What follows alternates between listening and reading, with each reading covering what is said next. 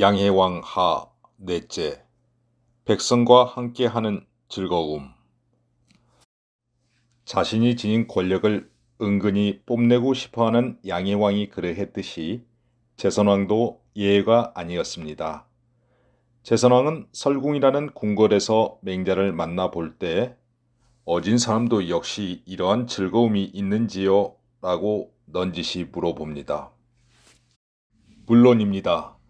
그러나 특별히 어진 자만이 이 즐거움이 있는 것이 아니라 보통 사람이라면 모두 이러한 즐거움을 갖고자 합니다. 사람이 그 즐거움을 얻지 못하면 반드시 그 이웃사람을 미워하는 마음이 있으니 마땅히 사람들과 더불어 즐거움을 같이 해야 할 것입니다. 그렇다고 아랫사람이 자신의 분수를 망각하고 즐거움을 얻지 못했다고 해서 윗사람을 비난하는 것도 잘못이지만 의로움을 알지 못하는 임금이 자신만 즐기고 백성과 더불어 즐거움을 함께하지 않는다면 이 또한 잘못입니다. 편안히 거처하고 배부르게 먹는 것은 백성들이 즐거워하는 것입니다. 임금이 자기가 즐기는 것처럼 백성의 즐거움을 즐거워한다면 백성 또한 이에 감동하여 그 임금이 즐기는 것을 즐거워할 것입니다. 궁핍하면서도 하소연할 곳이 없는 것이 백성의 근심입니다. 임금이 자신처럼 백성의 걱정을 걱정한다면 백성 또한 감동하여 그 임금이 걱정한 것을 걱정할 것입니다. 이처럼 백성이 즐거워하는 것을 즐거워하여 백성들 또한 그 임금이 즐거워하는 것을 즐거워하도록 하면 이것이 즐거움을 천하로서 하는 것입니다. 또한 백성이 근심하는 것을 근심하여 백성들이 임금이 근심하는 것을 근심하도록 한다면 이것이 근심을 천하로서 하는 것입니다. 이와 같이 한다면 천하의 백성이 다 마음을 기울여 왕에게 돌아올 것이니 그러한 상태에서 왕이 되지 못할 사람은 없을 것입니다. 천하 모두가 하나로 되는 길은 왕은 백성에게 그리고 백성은 왕에게 서로의 마음을 열어주는 것이 효과적인 방법이라는 것이지요. 이어 맹자는 제나라 선조들의 이야기를 덧붙여 여민동락의 즐거움을 말합니다. 옛적에 제나라 경공이 신하인 안자에게 묻기를 지방을 살피고 백성을 보는 것이 나라의 큰일입니다. 내가 전부산과 조무산을 살펴보고 바다를 따라 남으로 향하여 낭야에 이르고자 하는데 무엇을 닦아야 선왕이 살피는 것과 비교하여 훌륭한 일을 할 수 있겠습니까? 하자 안자는 대답하였습니다. 좋습니다. 훌륭하신 선왕을 닮아가려는 우리 임금의 이 물으심이요. 천자는 12년에 한 번씩 제후의 나라에 가는데 이를 순수라 말합니다. 순수란 제후가 지키는 땅을 순행하여 그 정치의 잘잘못을 살펴보려는 것입니다. 제후는 6년에 한 번씩 천자를 조회하는데 이를 술직이라 말합니다. 술직이란 천자에게 받은 직책의 성과를 스스로 진술하는 것입니다. 천자의 순수와 제후의 술직이 모두 중요한 일이 아님이 없습니다. 봄이면 백성이 밥 가는 것을 살펴서 부족한 종자를 창고에 곡식을 내어 보충해 주고 가을이면 백성이 추수하는 것을 살펴서 수확이 넉넉하지 못한 자에게 창고에 곡식을 내서 보충해 줍니다.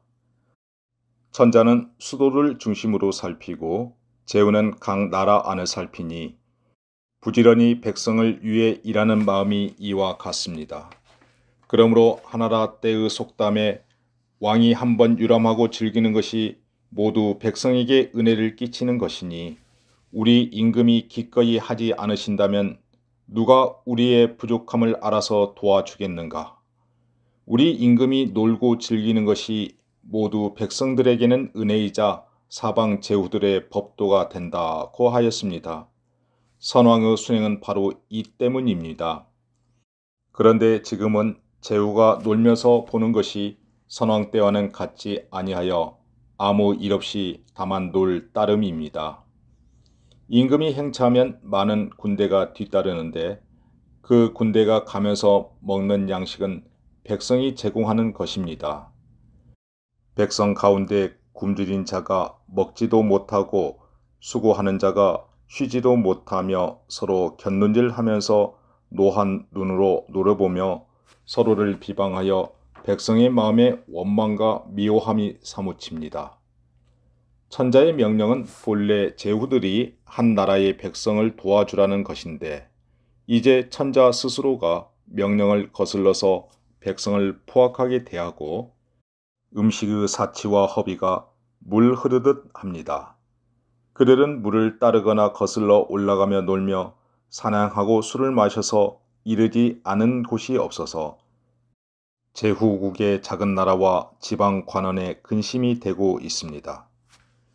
구체적으로 말하면 흘러가는 물길을 따라 내려가서 돌아옴을 잊어버리는 것을 류라하고 물길을 거슬러 올라가 되돌아옴을 잊어버리는 것을 련이라 하고 짐승을 쫓아가며 싫어함이 없는 것을 황이라 하고 술을 즐겨하여 싫어함이 없는 것을 망이라 하여 하나같이 절제하곤 하였습니다.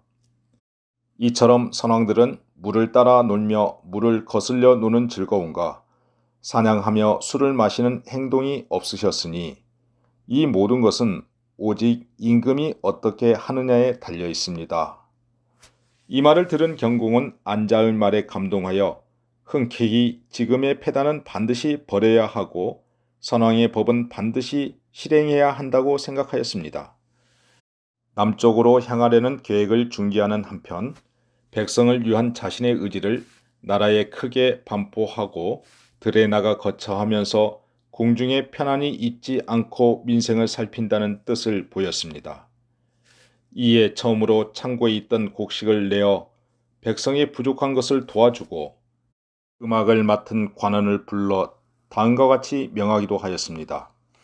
나와 안자처럼 군주와 신하가 뜻이 서로 맞는 것은 어려운 일이니 군신이 서로 기뻐하는 뜻을 음악으로 연주하여 지금의 성대한 일을 기록하라고 하니 그때 지은 음악이 치소와 각소입니다. 음악의 오웅예인 궁상각치우에서 세 번째 각의 소리는 백성이고 네 번째 치의 소리는 이를 의미하며 소는 순임금 음악을 아름답게 여기는 말입니다. 군신이 모두 백성을 유하고 일을 함으로써 서로 기뻐하기 때문에 그 지은 뜻이 또한 백성과 일을 위하는 음악이라 말할 수 있습니다.